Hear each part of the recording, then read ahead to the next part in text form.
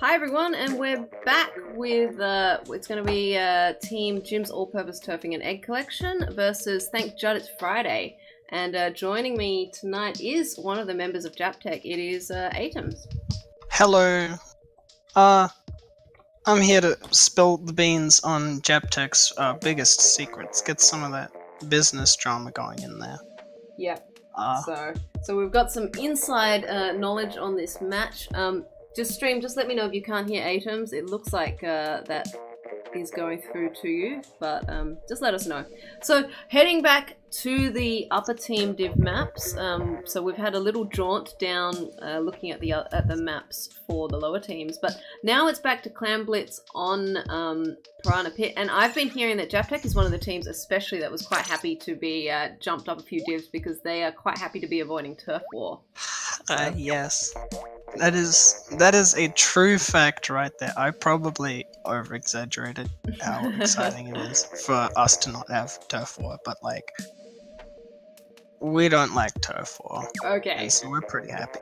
Alright, so we'll be heading into this match hopefully you know, with the knowledge that it's not going to be like a game 5 turf war like the other teams had to deal with, and hopefully, I'm just checking output. Okay, good. Yeah. Hey, stream, tell us if you can hear us, please. Yes. I have suspicions. Somebody, if... Or maybe Aytoms, you can just open the stream just quickly and make sure that the audio is making it to the stream. There we go. Yeah, please don't spam. We'll get there. Alright, we're heading into the match. I may have ruined everything. Yeah, I can hear it. I can hear you on the audio. I didn't. I closed it too quickly. Yeah. Okay, yeah. Cool. Alright, we are in. Yeah.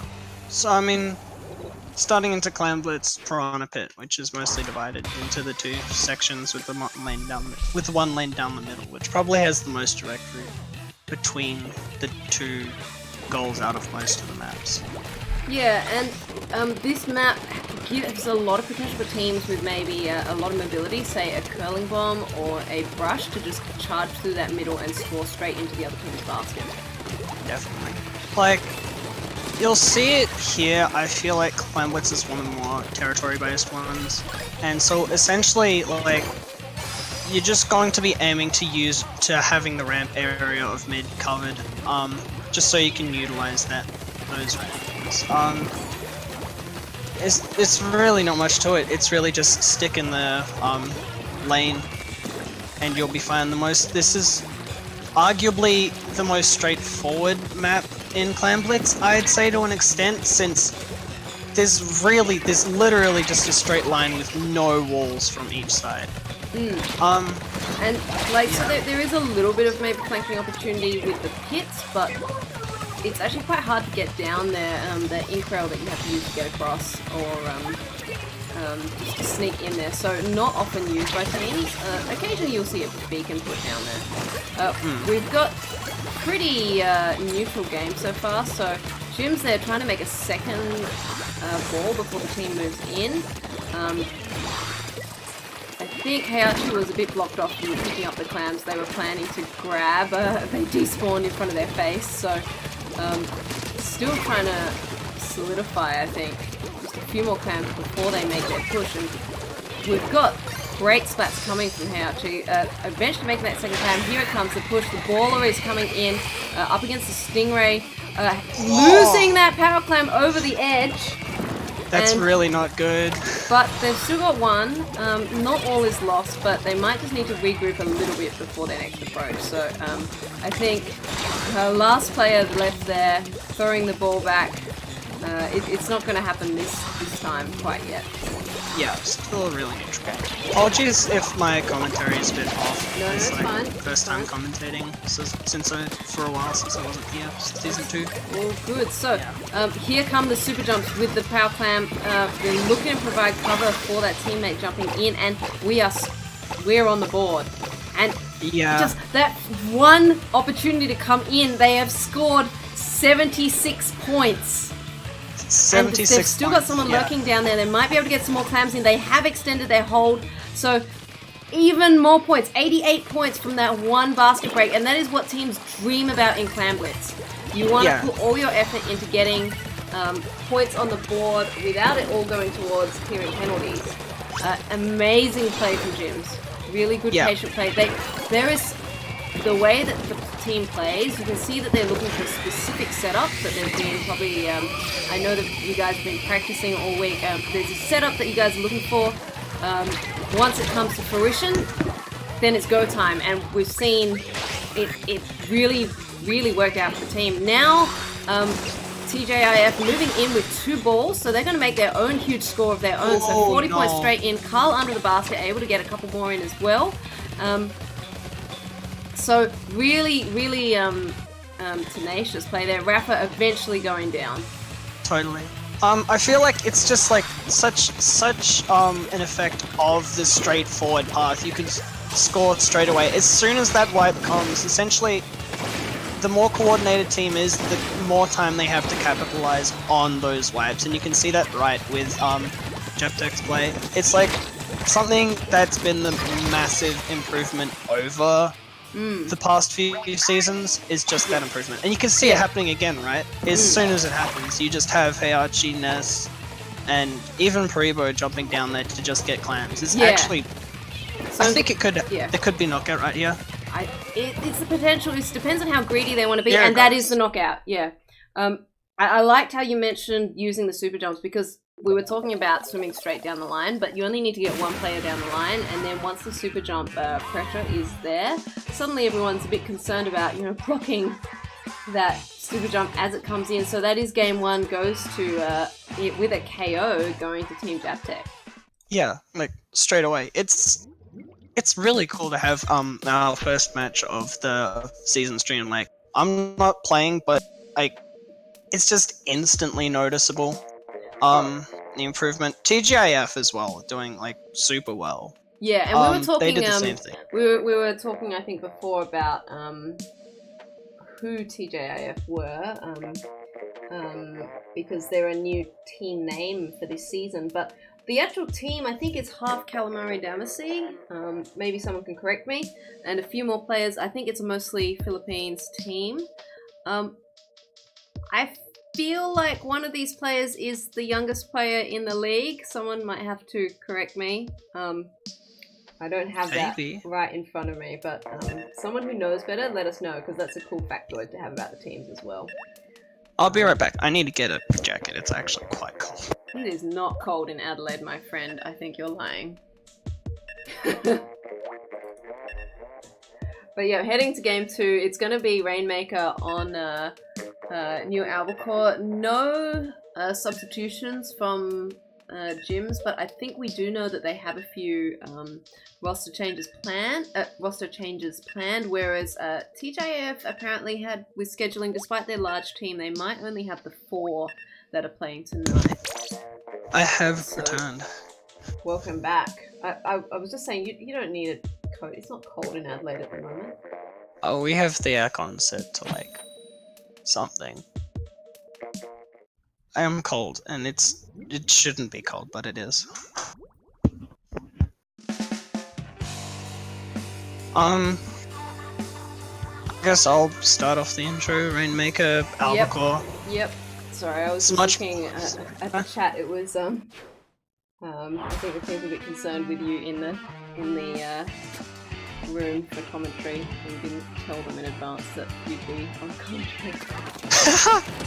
I guess that is a pretty fair. Whoops, sorry about that, guys.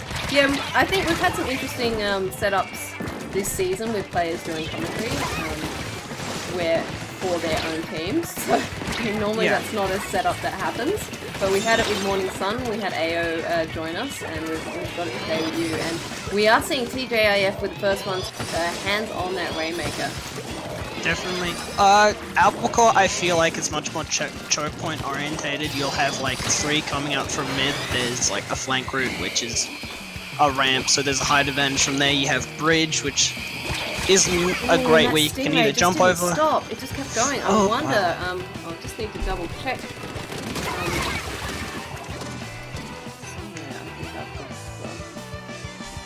Oh, have you got the stats from the tournament? Oh no, but so Stingray coming out from. Rest in peace. I'll cover play-by-play for now, I guess. Rainmaker. We're good. Yeah. Rainmaker lost by Jim. Goes straight in. Shield. Oh, Popular getting a slap with the Stingray. The Stingray, yeah. The Stingray. Ness coming out with a flank on bridge takeout. That was triple with the trade at the end. That's a wipe on TJIF's side. No one's there to take Rainmaker instantly for JAPTEC. But that should be the lead. They should be able to jump forward here with the help of Haribo's Stingray, which I think is 2 main power, special duration ups. So yeah, that is special why power up. Yeah, that's why I went on for ages before, and that was why that push that TJIF were trying to make with that Rainmaker, just they knew that they couldn't move forward with the Stingray being able to track them, but they just couldn't hold out quite long enough. And now Haribo there. Yeah. Haribo there with that Rainmaker, coming in hot to the goal. Straight to 13. A wipe. There's actually 3 down. There's definitely chance for another KO here. That's KO yes, too. That is a knockout. Oh, yeah. Wow. It's just powerful movement in there. Yeah, no. If TJIF managed to capitalize on their early hold at the start of the game, they might have been able to get more ground from that push, but they were shut down. And it's just kind of clever positioning from like Ness. Ness is MGJ, by the way, if no one noticed. Did you not know? That makes sense. Yeah. I'm still confused. He's never told us why he didn't swap it to Ness, but... Oh, well. Yep. Okay. Thank you. That is some of that inside knowledge, and I think we might have a sub now. So we've had who has stepped out? We've got Nikasa coming in for Splat Zones on Anchovy Games. Splat Zones. That's who's sub out. Oh yeah. Hayachi's subbing out. Yep. I don't know why. I believe it might be just because Nikasa's weapon pick would be better for Splat Zones. Usually that's the main reason why we have swapped out.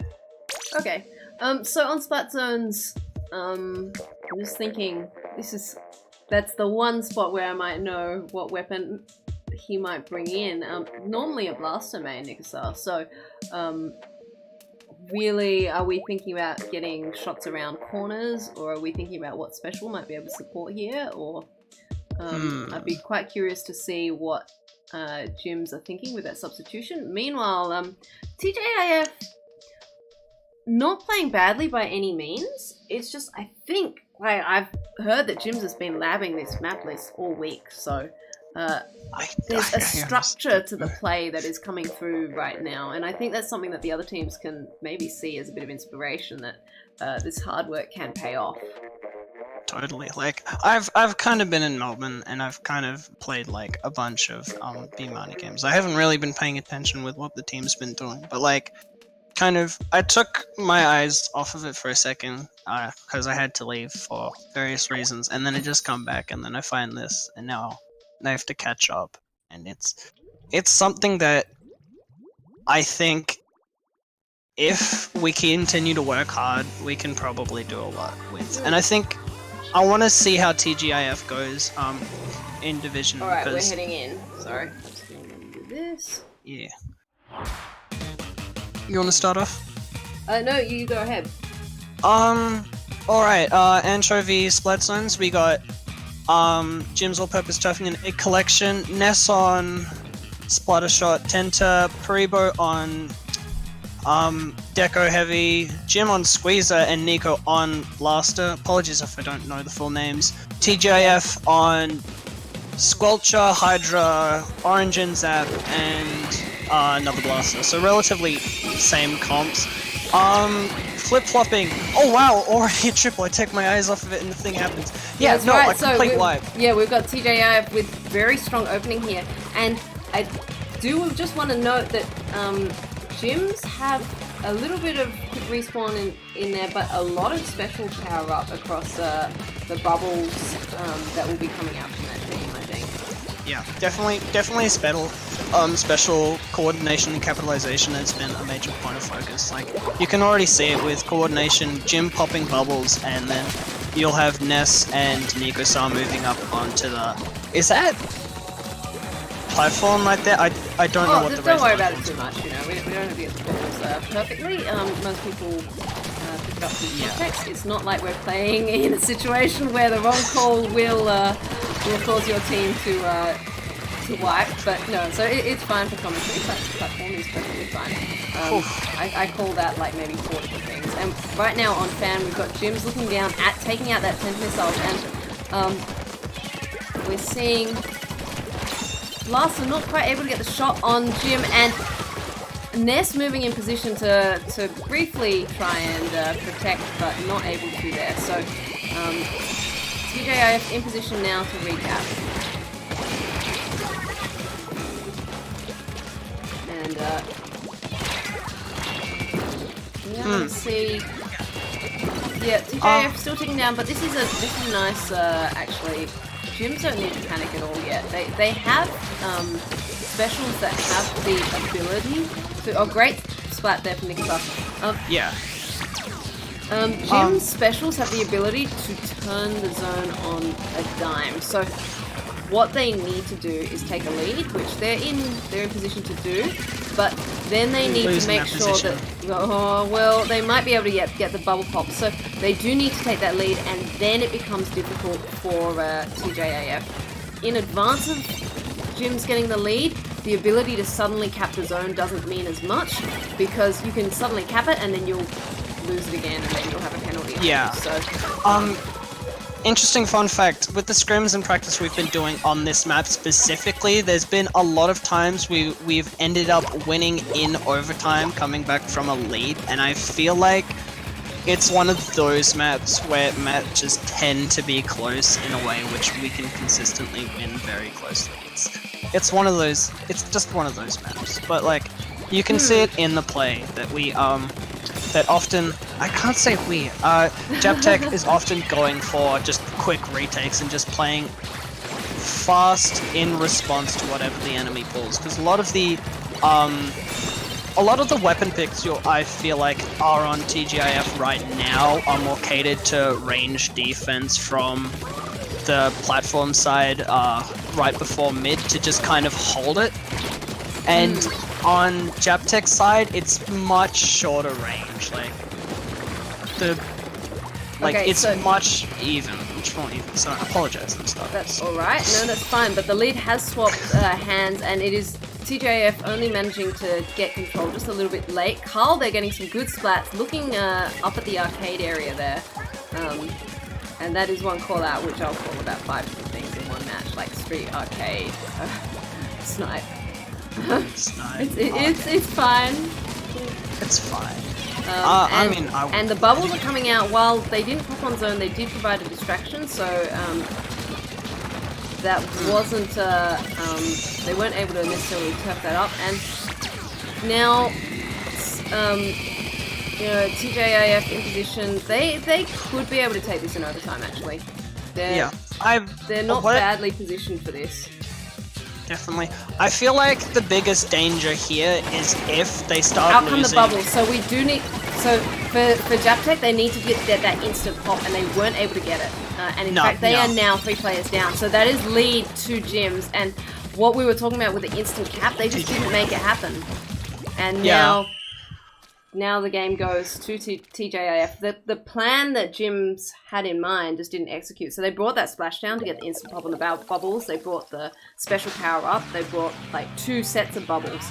And I think the plan there is to get bubbles out on the zone and go pop, like instantly, turn it around. Yeah, that's it. I have the reverb. Yep, that's it. But in that case, thanks Judd, it's Friday. Managing to prevent those insta-caps. I think that went down to about, they got about 80 points in the end against the 68, I think, that had been set by Gyms. Yes, definitely. So, great play there from TJIF, holding their nerve the whole time through. We are going to tower control on Stern Shipyard. Doesn't look like there's been any substitutions. Yeah. No, I feel like what... Yeah. Yep. I feel like what we're gonna see now is I feel like TJF might be able to bring a bit more into the matches, because it's probably a case of just not warming up, maybe? Because Well, that match now, was definitely closer with the much flip flopping of the zone. closer. They opened by getting that wipe against Gyms, and the play as well from Gyms was they had just brought in a new player, so they have to find a new rhythm. Yes, thanks for pointing out, Brad, that Nerd is the youngest player. That was who I was thinking of, but I did know that sometimes they went by a different handle. So I was like, is any of the names down that list what we would call Nerd? Because I think I saw a stream where they used their real name, and I'm like, is one of those names they're actually Nerd? So, but yeah, Nerd, if you do get to see Nerd in action, I think they still go to lands in the Philippines. Really impressive play is 7, I think, or something, 9? I can't remember. Yeah, and goes to the lands with his dad. It's really great. I remember, like, I'm pretty sure when it was small, I think the youngest was like around 12 or something when I was 12. There wasn't many people to have young players in, but now it's kind of grown to the point where you do have those players who just kind of exist and throw everyone off. Alright, so we are going down, and yeah, we have seen like some of the Japanese teams, the younger, like the primary school level kids. Alright, so totally. We've got... Ooh, Hydra. Jim's back to playing the slosh, and for the rest of it, I think it's the same on TGIF side. I feel like TJF is a lot more comfortable with having that range in order to just go for much better holds. In this map, it might be... I feel like Hydra is essentially the meta pick of this map, especially with Stingray. Oh no, that's not Hydra. Where did Hydra go? Hydra's under there. Hydra, well, we have Stingray's both, better on this. We have, Karibo with a Hydra, and we also have, etc. I don't know. PTC. Etc. Jim's getting that first control of the tower and moving it forward now, and Karibo getting a great splat on that catwalk area. He's just taking out that offense and putting up that armor. And we've got Nikasa moving forward into the other team's court, so JAPTEC in a really strong position right now. And Tantum missiles might make the tower a bit of a hotspot for now, but they're not perturbed by that. They can get straight back on, and we might be looking at another really fast checkpoint break. Okay, 2 players down, Ness left alone, taken out. Yeah. So that is the wipe. TJF have a little more breathing room, but they do have to break 2 checkpoints and get to the 3rd one.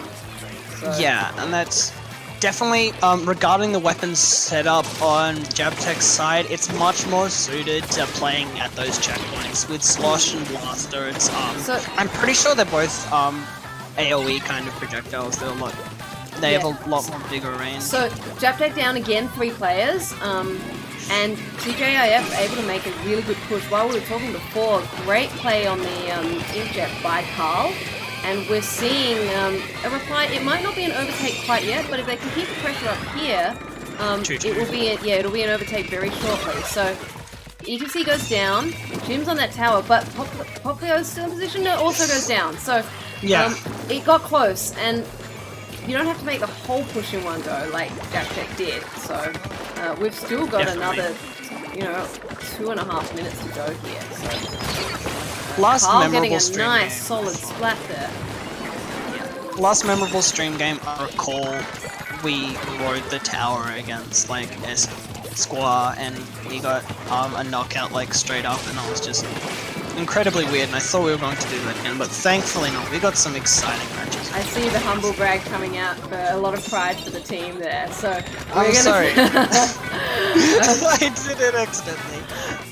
It's great to have pride for your team, but we are seeing, thanks Judd, it's Friday, fight back, valiantly, and it's not said and done yet, and we aren't having that, run and totally. done knockout situation yet. So gyms are going to have to work for this. Yeah, I feel like major theme of this game is going to be shutting down those pushes. You had it from TJIF where JAPTEC had to shut them down, and then TJIF having to shut JAPTEC down. It's definitely going to be who can get that wipe and who can get pushed for. It's not going to be a war of attrition this time. Yeah, so there was a good flank from Rafa there. Unfortunately, no longer in position. Poplio pushed almost all the way back. Needs Carl's help to get that splat, and we now have, I think TJIF needing to respond to the tower moving, but I don't think gyms have the most solid positions either. They're trying to hold mid, where actually they also have people pushing the tower. So with 3 players taken out, and their last, I think, identifiable in the court area is Stingray. TJIF in position to push again. Rafa lets Ness get past them. And we're seeing Stingray on the tower is definitely something to be feared. Popular gets a splat on Ness, but 3 players down for TJIF. Super jumps on tower though, so they're in position, and there's an opportunity here that all they need to do is just hold for a few seconds. And it's looking nicely green. They're down 3 players. Their last player, still jumping into position. They're getting quite hungry for this because that Hydra not the best suited weapon to make that particular play. Definitely. If it was any other weapon, I feel like there might have been more of a chance. But like, Ness has a lot of good kill capabilities, incredibly consistent, and I feel like in retake situations or in clutch play, he'll usually he's usually one of the slays you don't really engage. But like, so it's no, right up at the end there. That match, yeah. So thank Judd, it's Friday putting in such a strong effort. They had a good situation on that tower. It looked very volatile. It looked like gyms could maybe lose it and then they wouldn't have that opportunity to take it back. But thank Judd, it's Friday, just not able to stand on it long enough, and then unfortunately 3 players down at a time. Oh, hang on, what's going on? Give me a second, folks.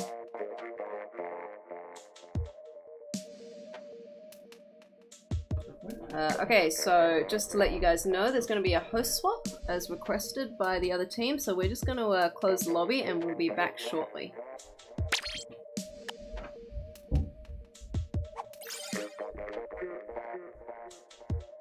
We did see a little bit of warping from the spectator view, but spectator can do that, so we're going to swap host maybe.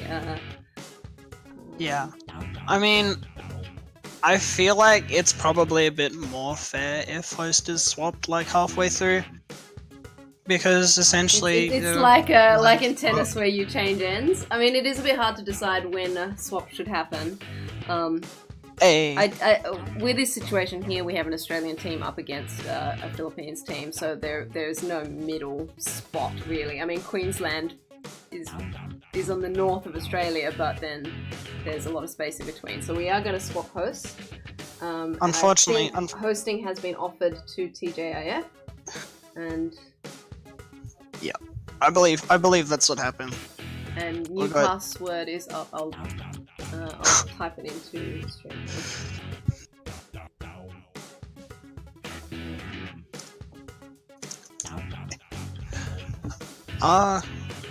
Okay. Oh, we got the new pass. Yep, so we're gonna head into this match. I'm hoping I have people friended. I don't know who I have friended. I'm just gonna rely on this. Do I have you friended? You should, I happens think. Every time. Nikosar is friended on my... I might need to join through him, so give me a moment.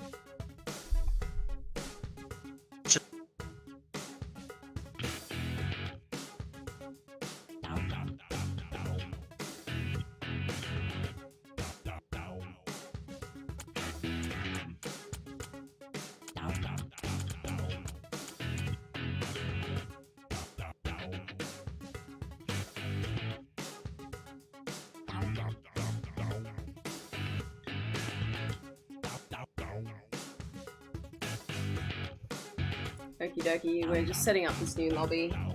It'll come up soon, I think. And there we go. okay.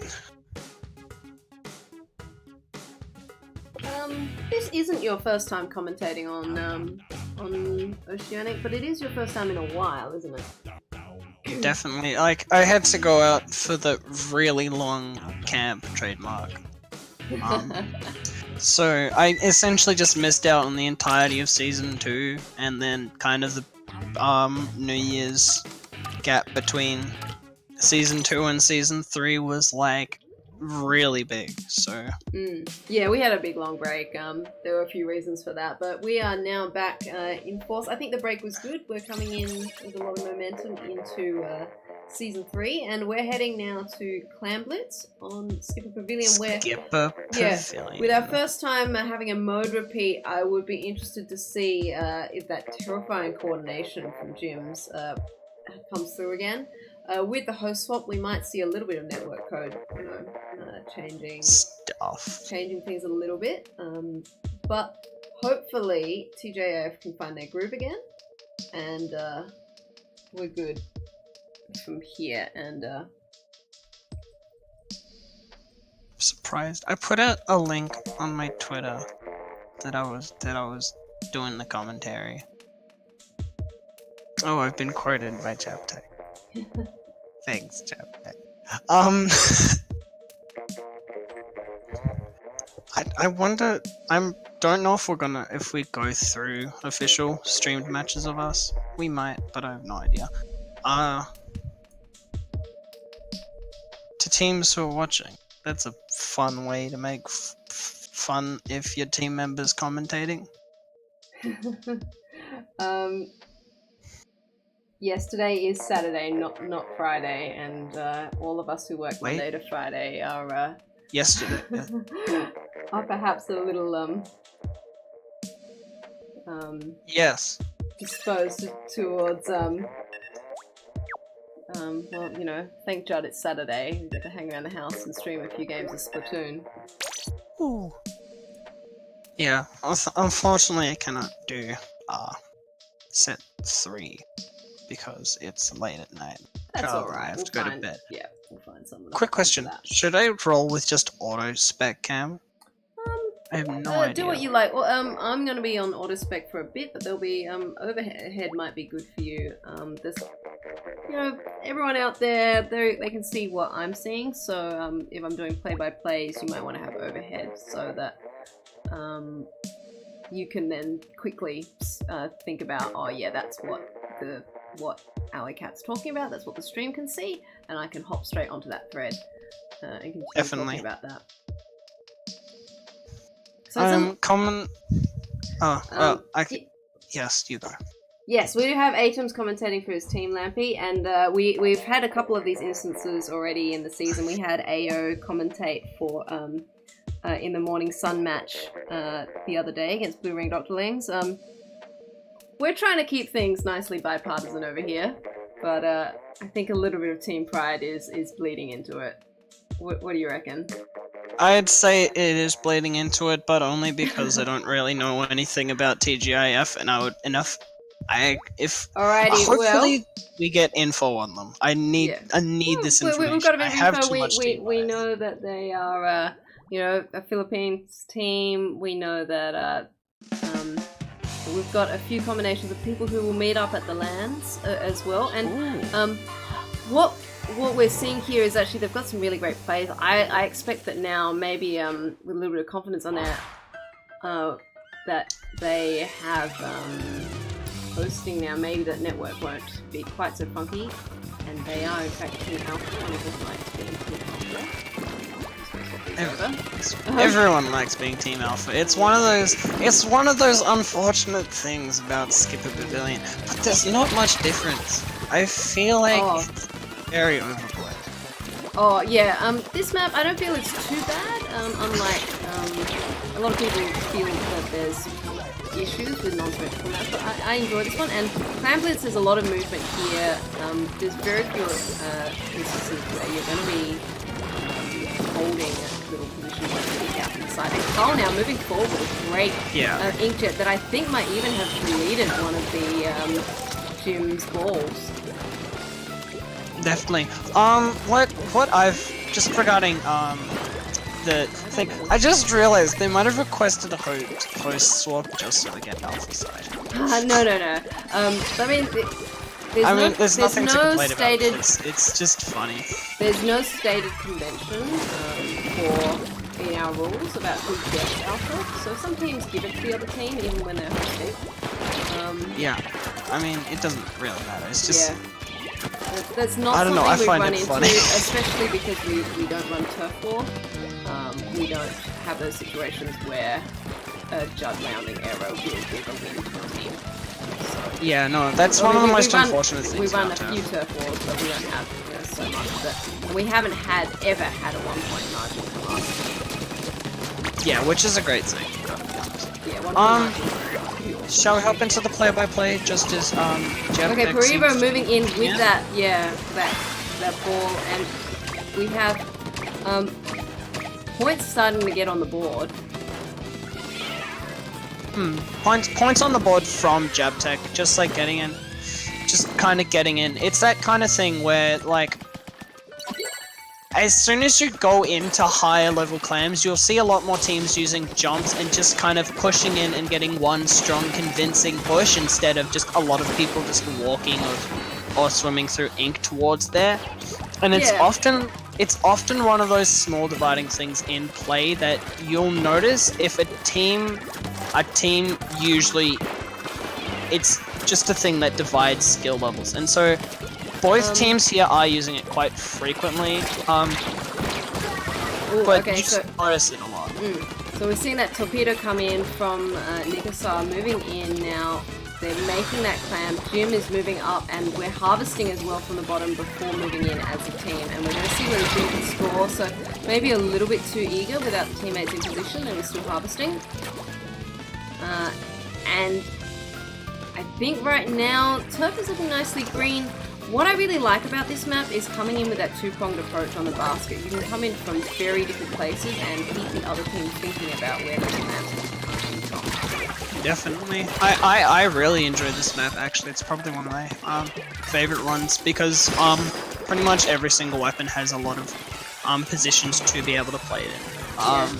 So Carl under quite a bit of fire there, but able to get up into the middle of the map. And now TJIF forming 3 balls. They are a player down, and I think they're just playing it a little bit cautiously because they know that the specials are ready on Jim's side. So if they can score both of these, they won't quite take the lead either. So they do need to think about how they're going to improve on top of just getting 2 balls in. I feel like TJIF. Oh no! Carl getting a great splat there. Great score. So just throwing everything at getting the ball in, and now Popular, ETC, and Rafa in position, trying to maybe get some more points on the board. But this is leading to some desperation. So some desperation play there from TJIF instead of waiting another 20 seconds for the basket to go back up and back down again. Actually, I think it's more like 12 seconds. They decided they wanted to score the balls in while it was already open, and that cost them a lot because gyms were waiting right for them. And now we're looking at the last 30 seconds, and I'm not sure that they can form a ball in time. They've got 10 clams between the whole team, but they need to get them all into one player's hands. Okay, there it is. There's they need about 40 they do have the ball. They need roughly 40 to get anything. I think the deciding factor with pushes here, especially with bubbles, is bubble shutdown and bubble deployment. Oh no, looks like there's a flank coming in from Jim and Nikasa, and they just get the ball leading into overtime. They have now provided a few more, a little more ammo to TJIF for when they eventually try and start their push, but they're going to be starting their overtime much later than normal. So the position time being such a pressure there, and that is going to be the game. Yeah, one of the most unfortunate things I feel about clams is that overtime doesn't actually have a timer, in which case, but in this case, overtime actually probably has the most effect regarding pushes since it's triggered if the other team has balls in and not on if the other team has scored in the enemy team's basket. It's So one of often those you'll situations, Clams, you really need to be aware of your clam gathering situation, but also, as you said, when you get given overtime, there's a lot more variables in it. So the other modes, it's just, am I in a favorable position? In clams, Totally. you could be in a favorable position. You could have people up forward and near the other objective, but if you don't have the clams, or if the clams haven't spawned in the right places and you haven't anticipated where to go to get them, you aren't going to get given overtime. Definitely. It's just one of those things.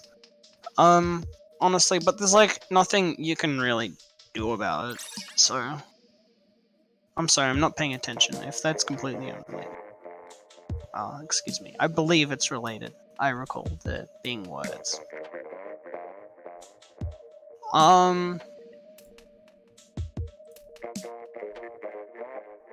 Okay, Are you I think, you still sorry, there? Okay, I'm you're still there. here. Yep.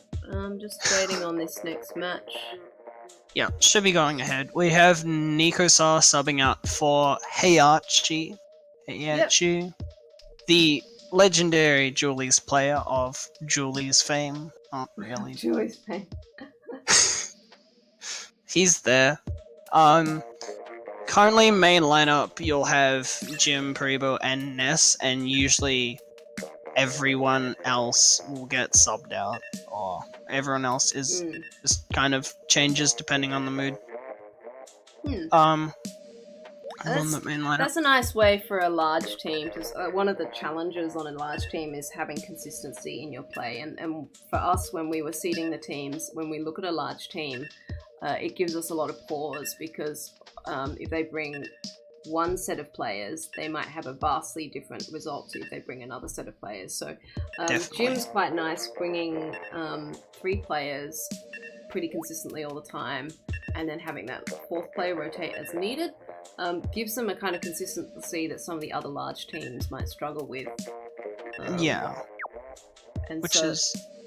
So we're heading Rainmaker, Moray Towers. I like this map. I know a lot of people don't like this map. I like this map. I don't like Moray's as a concept, but there is... I mean, I'm just gonna... I struggle with Moray in most modes, but I like it in Rainmaker as a viewer, like playing on it, maybe not so great, but I enjoy watching Moray. A lot of people hate it because it's like this flowchart map, but I love it because it's this flowchart map. You go in a certain direction, and then there's a reply to it. You sort of know where you stand at a point in the game. You know where the point breaks are. So you know, if I go up left, if I go up the high wall, it's 46. If I go up to snipe, it's 60. If I go up, the rail, then it's worth that much. So as a viewer, it's really enjoyable. You try and work out whether the teams are going to go where you think they're going to go based on the point breaks. Things.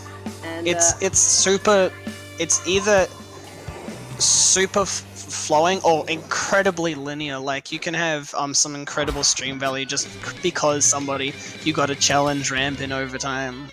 That's just, I'm not gonna mention that. Yeah, and we saw some actually fun things on this map in some of the other matches. We saw teams, I think, swimming up over the deadly drop to get to close to goal. And right now we're seeing gyms open with a splat, so in a nice position here. Yeah, we got the Gym's orange coming out on the Gym side. No more brand confusion. We can finally copyright that color. Well, it's orange and green. Don't you have both? Anyway, so Stingray coming out to challenge Ness with that Rainmaker and getting the splat there, owning both of the ink rails as well, so getting a bit of mobility under their belts, and TJIF also getting armor up as well. Yeah. Oh, there's a lot of trading going on. Very much coming in center. I believe that's ramp. Oh no, she's been taken out by that stray autobomb. The autobomb first. Well, and EGC left forward, having to challenge the Rainmaker, but taken out by the ball point. So right now, Jim's not making the push without their teammates behind them. But the wall is ink up, so Ness is going for it. Yeah, that's 48, 45. Oh god, he's going up the flow chart. it. So the ink rail is inked up, but we do have the 10 missiles coming in, and they do secure the splat. So no more than 33 for now, and Jim's down 3 players. Yeah, Preba being the last one to secure, TJIF has a very good opportunity, and depending on how they use this, I believe there could be very major gains. It's one of those things where if there's a convincing fight, as with most RM maps, but this one more so depending on which path each team. So yeah, and right now TJIF have been given the opportunity to try and beat a 33. So as we were talking about before, that flowchart, they now know where they have to go.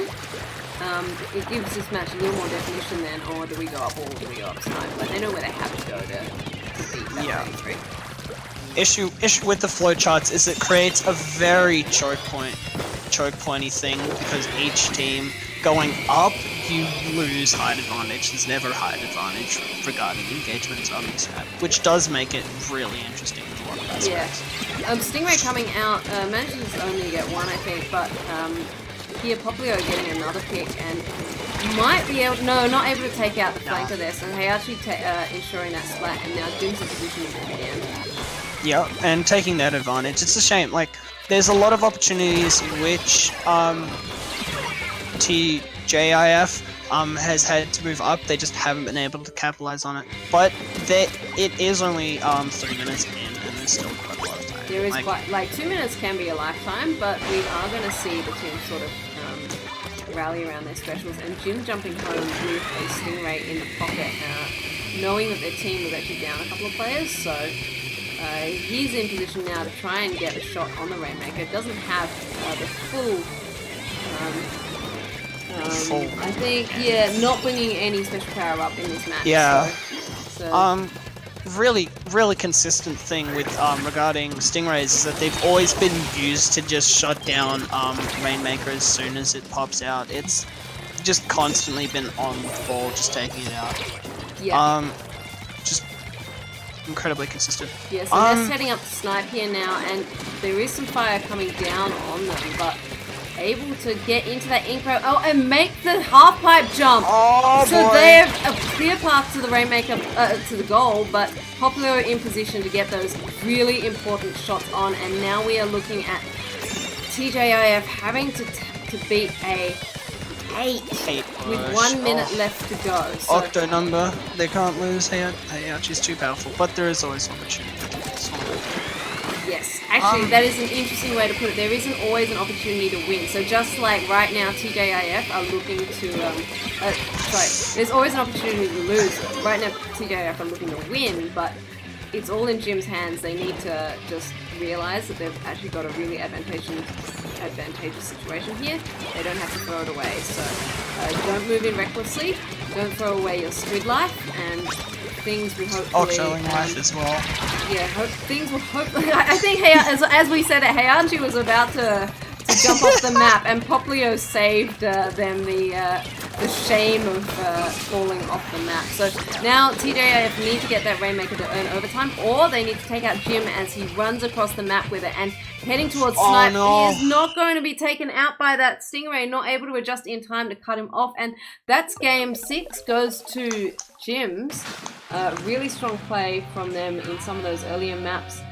This one, we saw them make that push near the end, and it's really hard to think about how to beat an 8 when we were talking about that flowchart, when you spent most of the game thinking about how to beat 33, and then suddenly the goalposts move massively. So, yeah, it's one of those things which is so incredibly hard, but that's, I think, where the stream value can come in for Moray Towers, is where you have those pushes which are retaken at such a low number because of that flowchart design, and it does make for good watching. Alright, so we are gonna have, actually not much of a break, because I think there is another match starting soon. How long is soon? I'm gonna just check that. I think it was 30 minutes, but then I have to go to bed in 30 minutes. Yeah, so we might run over as well. So if you need to head off, then maybe just check that. We're gonna look at... Yeah, it is gonna start in 30 minutes. 37 minutes. We'll start at at 10:30 p.m. AEDT. So mark that on your calendars. well, yep. And yeah, we'll be back. That's Sea Salt and Squids versus Char. It's another match where actually they played each other in the seeding tournaments. So they're going to get an early chance for revenge, and this one will be really interesting, I think. Totally. So tune in for that one. For now, we're going to go off mic. Thank you all for tuning in. Thanks, Aytoms, for being on the mic with me, providing me with a bit of insight on Team Jim's all-purpose turfing and egg collection.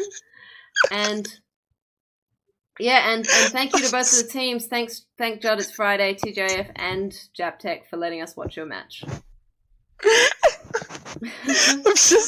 Is your team name that funny that just mentioning it will put you into... This must be awkward for you. No, Jim's posting a pyramid in chat. Okay, well, we're all done here. I think we'll let the team celebrate. Thank you, Aytoms. Thank you. Thank you for letting me join. Apologies for the bias. Shoutouts to Jim's All Purpose. We do turfing for $10 an hour, please. Alright, guys, that has been your unsolicited solicitation of I'm gonna stop selling out. And, thank you for... We'll catch you in half an hour. Oh, pain. Thank you for having me. Alright. See you guys. Good night.